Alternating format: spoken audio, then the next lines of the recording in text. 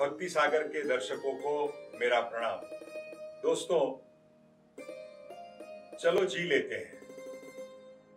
जीना तो है, जीवन प्रभु ने दिया है और ये प्रभु ने हमको एक मानव शरीर दिया है।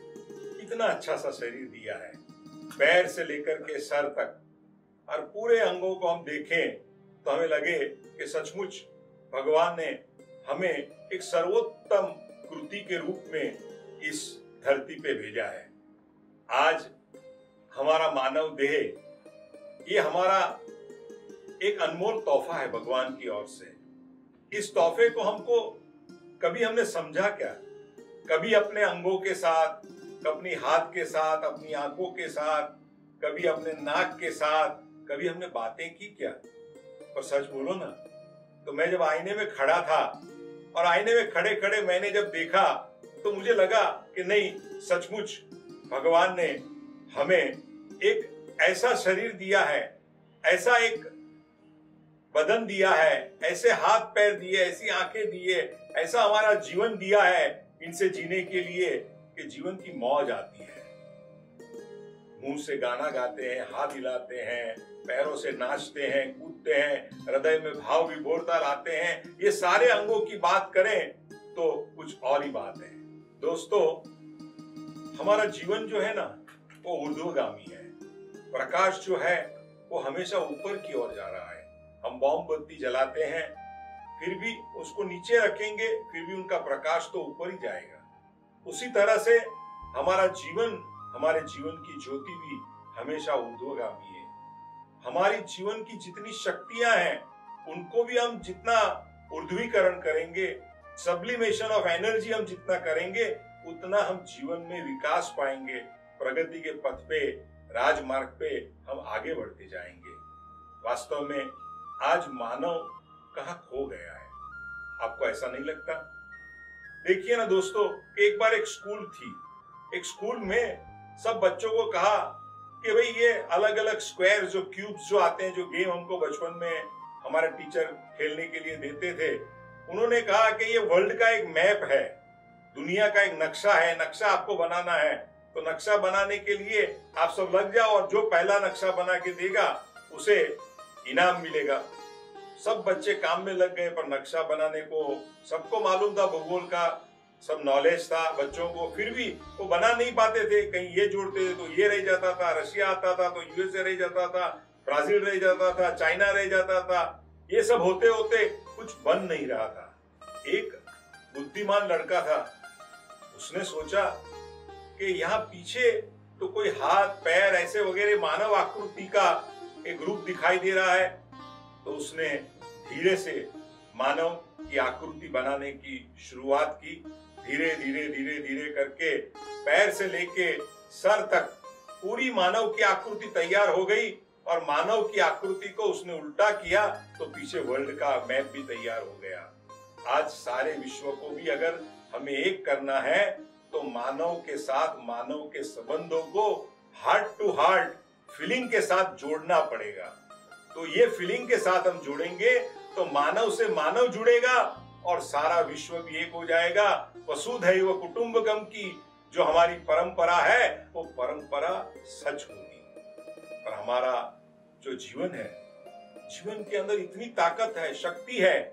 एक साइंटिस्ट ने कहा है कि 1 एकड़ जमीन के अंदर, घास के अंदर इतनी शक्ति है, पर अगर वो 1 एकड़ जमीन की घास को अगर आप एक पिस्टन रोड के ऊपर रख दो तो उसमें से कई विद्युत मिल चल सकती है।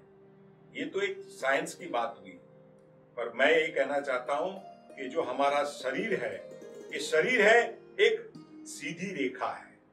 पैर से लेकर के सर तक एक सीधी रेखा है। एक बात है कि भगवान ने मानव की एक सीधी रेखा बनाई है और मानव एक सीधा है, एक सीधी रेखा के रूप में है, और पशु वो आड़ा है। पशु जो आड़ा है वो सीधा चलता है, और मानव जो सीधा है वो आड़ा चलता है। हर मानव को समझना है कि हमें सीधा चलना है, हमें आड़ा नहीं चलना है। समाज को उपयोगी होना है, समाज में जाकर के दुष्कर्म नहीं करने हैं, समाज को सताना नहीं है, समाज को संवारना है। ये बात तो एक अलग है। हम जब पैर से चलते हैं सिर्फ तो एक भ्रमण होता है, पर पैर के साथ दिमाग से चलते हैं तो एक प्रवास होता है। पर पैर के साथ हमारा दिमाग होगा, साथ में भक्तिपूर्ण हृदय होगा, तो हमारे चलते चलते पैर एक यात्रा कर सकते हैं। हमको भ्रमण से लेकर के यात्रा तक की एक ताकत हमारे पैरों को देनी चाहिए, एक ऐसा ध्येय देना चाहिए, पर ये हम दे नहीं पाते। गीता के शब्दों में हम कहें तो पैर हमारे कर्म है, हृदय हमारी भक्ति है और मस्तिष्क हमारा ज्ञान है। हमारे जीवन में ही, हमारे शरीर के माध्यम से ही इन ज्ञान कर्म भक्ति का त्रिवेणी संगम अगर हम बना लेंगे ना, तो हमारा मानव जीवन भी सफल हो जाएगा। पर ये मानव जीवन को सफल बनाने के साथ हमें यह सोचना चाहिए कि हम अपना जीवन किस तरह से जी रहे हैं, हमारा जीवन हमें किस तरह से आगे बढ़ाना है। तो सिर्फ हम अपनी पैरों से चलते रहेंगे, दौड़ते रहेंगे, बिना सोचे चलते रहेंगे तो हम आगे नहीं बढ़ेंगे। पर मैंने पहले कहा था वैसे, to think, to wait, to fast before you act. हमें विचारशीलता के साथ गतिशीलता पैरों से लानी है, तो हम जीवन में समर्थ बन सकते हैं। और इसी तरह से पैरों की महत्ता हमारे जीवन में आनी चाहिए। पर पैरों से उठ करके हम आगे जाए, अपने शरीर में देखें तो जननेंद्रिय और जठरेंद्रिय है। जननेंद्रिय जो है वो काम का प्रतीक है और जठरेंद्रिय जो है वो भूख का प्रतीक है। तो हमारे जीवन में काम और भूख ये दोनों की जरूरत है हमें। ऐसा नहीं है कि काम नहीं होना है, काम के ऊपर कंट्रोल होना है, पर काम की जरूरत है। धर्म, अर्थ, काम और मोक्ष, ये 4 पुरुषार्थ हमारे धर्म ने कहे हैं। तो अर्थ और काम ये दोनों की जरूरत है, वैसे ही काम की जरूरत है, भूख की जरूरत है। पर आज क्या हो गया है कि हमारी भूख इतनी बढ़ गई है कि एक पुश्तों के लिए नहीं, पर 7 पुश्तों के लिए हमें पैसा इकट्ठा करना है। इसके लिए समाज में लूट करनी है, समाज में ब्लैक मनी का सर्कुलेशन बढ़ाना है, समाज में कहीं से भी सत्ता हासिल करके लोगों का शोषण करके अपने परिवार का, अपने कुटुंब का एक इतना धनाढ्यता बढ़ानी है कि जिससे समाज के अंदर क्रांति की शुरुआत होती है। एक पीड़ित, शोषित समाज खड़ा तब होता है कि जब व्यक्ति की भूख बढ़ जाती है, व्यक्ति के हाथ में सत्ता आती है तो मदहोश हो जाता है। और उससे ये हमारी जठराग्नि को संतुष्ट करने के लिए हमें जो भूख की जरूरत है, हमको भूख के संतोष करने की जो जरूरत है, वहां तक ही सीमित होनी चाहिए और उससे बढ़नी नहीं चाहिए। उसी तरह काम जो है वो काम भी कंट्रोल में होना चाहिए। अगर हमारे काम के ऊपर संयम का नियंत्रण नहीं होगा, हमारे काम के ऊपर हम कंट्रोल, सेल्फ कंट्रोल नहीं करेंगे और सिर्फ काम से हम व्यभिचार की ओर जाएंगे, तो समाज में भी दुराचार जाएगा। समाज में भी इस काम का विस्फोट होने के कारण आप देखते हैं कि रैपिंग सीन्स बढ़ जाते हैं, यौन शोषण बढ़ जाता है, समाज व्यभिचार के अंदर गुमराह हो जाता है और सिर्फ ईट, ड्रिंक एंड बी मैरी ऐसे करके जीवन को व्यर्थ ऐसे ही गंवा देता है। ये करने का कोई मतलब नहीं है दोस्तों। हमको हमारी जननेंद्रिय और जठरेंद्रिय इनके ऊपर नियंत्रण करके, हमारे शरीर को पहचान करके हमें हमारा विकास करना है। फिर जननेंद्रिय और जठरेंद्रिय के बाद में आता है हमारा हृदय। हृदय ये तो भावना प्रधान है, ये भावना प्रधान चीज है। इस हृदय के अंदर हार्ट, दिल से मिले दिल, दिल के ऊपर तो कितनी शायरियां लिखी गई है, कितनी कविताएं लिखी गई है, कितना कितना लिखा गया है। और दिल के बिना कुछ नहीं होता है। पर आज समाज के अंदर दिल से ज्यादा लोगों को बिल में इंटरेस्ट है, बिल बढ़ाना चाहते हैं। पर दिल से जो लोगों को मिलना चाहिए, जो हार्ट टू हार्ट एक हमारी बात होनी चाहिए, वो बात नहीं होती है। लैला मजनू की बात हम करते हैं ना, ये प्यार की बात है, दिल की बात है। और वो दिल की बात कैसी थी कि जिसमें सच्चाई थी संबंध के अंदर। बहुत लंबी बात है, मैं संक्षेप में इतना ही कहूंगा कि जब जहांपनाह ने देखा कि मजनू लैला के पीछे जो पड़ा हुआ है वो लैला तो काली सी है, एक सादी सीधी लड़की सी है, इससे तो कितनी सुंदर स्त्रियां लड़कियां उनके यहाँ हैं।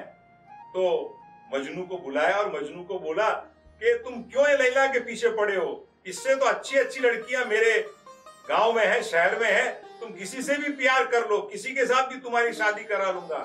तब मजनू ने एक ही बात कही कि जहां पना लैला को देखना है तो मजनू की निगाह से देखो। ये हृदय की बात है, ये भावना की बात है। हमारा हृदय यंत्रवत हो गया है, हमारा हृदय एक मैकेनिकल हो गया है। इसके कारण हम कभी कभी लोगों को तोल माप की दृष्टि से ही दूसरे के हृदय को देखते हैं, पर हृदय को देखने के लिए भगवान कृष्ण ने भी कहा है कि सर्वस्य चाहम हृदय सन्निविष्टा, मैं तुम्हारे हृदय में बसा हुआ हूं। ये हृदय में मेरा भगवान है, जैसा भगवान मेरे हृदय में है वैसा अन्यों के हृदय में भी है। इसीलिए ये हृदय का सत्कार करो। और हमारी भारतीय परंपरा इसीलिए हमेशा सामने वाला जब मिलता है तो उसको नमस्कार करते हैं। मैंने मेरे राम को तो नमस्कार किया, पर मैंने आपके राम को भी नमस्कार किया, मैंने आपके साईं को भी नमस्कार किया, मैंने आपके गुरु को भी नमस्कार किया। ये हमारी नमस्कार हृदय की भावना है। एक छोटी सी बात है कि एक बार एक छोटी बच्ची बीमार पड़ गई। बीमार पड़ते पड़ते डॉक्टर ने उनको जब चेकिंग के लिए बुलाया और देखा तो उनका हार्ट वीक हो गया था। और छोटी सी बच्ची 7-8 साल की बच्ची का हृदय का ऑपरेशन कराना पड़ा। तब ऑपरेशन थिएटर में जाने से पहले वो लड़की डॉक्टर को कहती है कि डॉक्टर साहब मेरे हृदय का ऑपरेशन करो, मुझे कोई डर नहीं लगता है, पर मेरी एक रिक्वेस्ट है आपको कि जब मेरा हृदय का जब ऑपरेशन हो ना, तब मेरे दादाजी कहते थे कि मेरे हृदय के भगवान जो है ना वो हृदय में बसता है। सर्वस्य चाहम हृदय सन्निविष्टा, वो हृदय में बसता है। तो जब आप मेरे भगवान को मेरे हृदय में देखो ना तो वो कैसे लगते हैं ना, वो जरा मुझे कह देना मेरे ऑपरेशन के बाद में। डॉक्टर ने कहा हाँ बेटा कोई चिंता मत करो, और करके बेटी को प्यार दे करके ये करके फिर उनको ऑपरेशन शुरू किया। बहुत बड़ा टफ ऑपरेशन था। एक बार तो ऐसा लगा कि ऑपरेशन फेल हो जाएगा, पर जब ऑपरेशन फेल होने को आया सब कहने लगे कि अभी आगे कुछ नहीं हो सकता है, ब्लड सर्कुलेशन ऊपर जा नहीं रहा है हृदय की ओर। तब डॉक्टर को लड़की की बात याद आई कि मेरा हृदय जब आप खोलें तब उसमें भगवान कैसा है ना वो मुझे दिखाना, देख के आप मुझे बताना कि मेरा हृदय में बसा हुआ भगवान कैसा है। और बाद में जब डॉक्टर को ये बात याद आई और तुरंत क्या चमत्कार हो गया कि लड़की के हृदय में वापस ब्लड सर्कुलेशन आना शुरू हुआ, वापस उनकी वाहिनी चलने लगी और तुरंत ही उन्होंने ऑपरेशन वापस किया और ऑपरेशन सक्सेसफुल हो गया।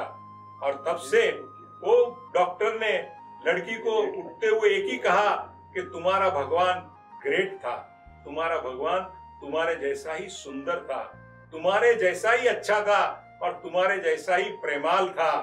तो भगवान ने तब से डॉक्टर ने अपने ऑपरेशन थिएटर में भगवान का एक फोटो रखा और उसके नीचे लिखा था I treat he cures, I treat he cures. ये हृदय की भाषा है। हम हृदय के बाद में हम देखें तो हमारे दो हाथ हैं। दो हाथ हैं वो सबसे पहले तो हैंड टू हैंड हैंडशेक करने के लिए है, दूसरों की ऊर्जा के साथ मेरी ऊर्जा को मिलाना है और साथ में मिलकर के काम करना है। एक अकेला थक जाए तो मिलकर बोझ उठाना। ये जो हमारे कहने वाले हाथ है, हाथ से हाथ देना है, ताकत देनी है। हाथ से हमें किसी को चांटा नहीं मारना है, पर हाथ से हमको किसी को प्यार करना है, मोहब्बत करनी है। हाथ से आशीर्वाद देना है, तकलीफ में आए हुए आदमी को अपना हाथ देकर के उठाना है, गिरे हुए को हाथ से संभालना है। ये हमारे हाथ का काम है। पर क्या बात है कि एक बार एक सैनिक अपने राज्य दरबार में 2000 हाथ लेकर के अपने कंधों पे डाल करके राजा के पास लेके आया और राजा को कहा कि मैं देखो 1000 सैनिकों को मार के आया हूं, उसके प्रतीक के रूप में 2000 हाथ लेकर के आया हूं। तो राजा ने कहा कि तुमने किया वो सो किया, पर तुम ये 2000 हाथ लेके आए, उसकी जगह 1000 मस्तिष्क लेके आए होते ना तो मैं तुम्हें सोना मोहर से न्याल कर देता था। आज हमारे यहाँ लोकशाही में भी सिर्फ हाथों का, उंगलियों का, कितने लोग हाथ उठाते हैं, कितने लोग वोटिंग करते हैं, ये इसके ऊपर पूरी प्रक्रिया चल रही है। पर समाज का मस्तिष्क बदलने की, समाज के माइंड को पावरफुल बनाने की, समाज को पावरफुल बनाने की बात आज के राजकर्ता भी भूल गए हैं। वो एक अलग विषय है, पर हाथ नहीं, मस्तिष्क चाहिए। पर हाथ के बाद में आता है हमारा चेहरा, हमारा मुख। हमारा जो चेहरा है ना, उसमें हमारी जो दो आंखें हैं, वो आंखें की बात तो करेंगे, पर आंखें कैसी होनी चाहिए? आंखें दृष्टि संपन्न होनी चाहिए, प्रेम संपन्न होनी चाहिए, भावना प्रधान होनी चाहिए, दूसरों का अच्छा देखने वाली होनी चाहिए। पर आंखें अगर जलन सी मारी है, आंखें व्यंग करती है, आंखें बुराई देखती है, तो वो आंखें भगवान ने जो दी है हमको, उसका कोई मतलब नहीं है। भगवान ने कहा है, वेदों ने लिखा है कि भद्रम कर्णेभिः शृणुयाम देवाः, भद्रम पश्येमाक्षभिर्यजत्राः, स्थिरैरङ्गैस्तुष्ट्वा व्यशेम देवहितैः यदायुः। इसका विस्तार नहीं करता हूं, पर हमको आंखों से अच्छा देखना है, कानों से अच्छा सुनना है और मुंह से अच्छा बोलना है। हमारे ये जो होठ है वो धनुष्य बाण की तरह है, और अंदर जो जीभ है वो बाण की तरह है। एक धनुष्य है और जीभ ये बाण है। तो ये धनुष्य बाण जैसा अगर तीर जैसा हमारी जबान चलेगी, हमारे चेहरे से प्रतिबिंब होगा, तो जीवन का कोई अर्थ नहीं है। इससे मीठी वाणी निकलनी चाहिए, प्यार भरी, मोहब्बत भरी वाणी निकलनी चाहिए। तो ये हमारा चेहरा भी, हमारी जीभ जो है, हमारा मुख भी जो है, वो प्रसन्नता का द्योतक नहीं होना चाहिए, पर प्रसन्नता का पूजक होना चाहिए। उसी तरह हमारे दो कान ये वेस्ट पेपर बास्केट नहीं है, पर ये तो फ्लावर पॉट है। हमको झूठी झूठी बातों को कान में डालना नहीं है, व्यर्थ बातों को कान में नहीं डालना है, पर जो हमारे जीवन में खुशबू फैलाए, हमारे जीवन को प्रसन्न करे, ऐसे हमारे कान होने चाहिए। और आगे जाकर के हमारी आंखें पवित्रमय होनी चाहिए। और बाद में हमारा जो मस्तिष्क है, वो मस्तिष्क यथा राजा तथा प्रजा। हमारे शरीर का जो राजा है ना, वो हमारा मस्तिष्क है। हमारे मस्तिष्क के अंदर पॉजिटिव विचार होने चाहिए। शरीर के अंदर, मन के अंदर हमारा रक्त का परिभ्रमण नीचे से लेके ऊपर तक जब तक अच्छा चलता रहेगा, तब हमारा हृदय भी स्थिर रहेगा, हमारे बाजुएं भी मजबूत रहेगी, हमारे पैर भी दौड़ सकते हैं, हमारी जठरेंद्रिय, जन्नेंद्रिय की क्रियाएं भी बहुत सही तंग में हो सकेगी। पर अगर हमने हमारा मस्तिष्क बिगाड़ दिया भ्रांत विचारों से, नेगेटिव थिंकिंग से, तो समझ लेना कि हम हमारे जीवन में पीछे पड़ गए। हम जीवन में प्रगति करना चाहते हैं, जीवन को धन्य करना चाहते हैं, और अगर हम जीवन जी लेना चाहते हैं, तो हमारे मस्तिष्क को, हमारे दिमाग को हमें सही रखना है। और उसके लिए दो बातें हैं, पॉजिटिव थिंकिंग और गीता का ज्ञान विचार, धर्म ग्रंथों का ज्ञान विचार। ये दो चीजें हमारे जीवन में मस्तिष्क के लिए हम रखेंगे ना, तो मुझे लगता है कि हम सचमुच जीवन जी जाएंगे। भगवान ने दिया हुआ ये हमारा शरीर जो है, वो शरीर मानव एक सीधी रेखा है, उसे सीधा रहना है, हमें उसको सीधा रखना है, और हमारे जीवन को हमें आगे बढ़ाना है। और हम अंत में भगवान को एक ही प्रार्थना करेंगे कि उठो, इस रात को के प्रात के पास ले जाएं हम, और कब तक प्रतीक्षा करें कि सूर्योदय होने वाला है। सूर्योदय हमें करना है, हमें देखना है, और हमारे जीवन को आगे बढ़ाना है। यही प्रार्थना।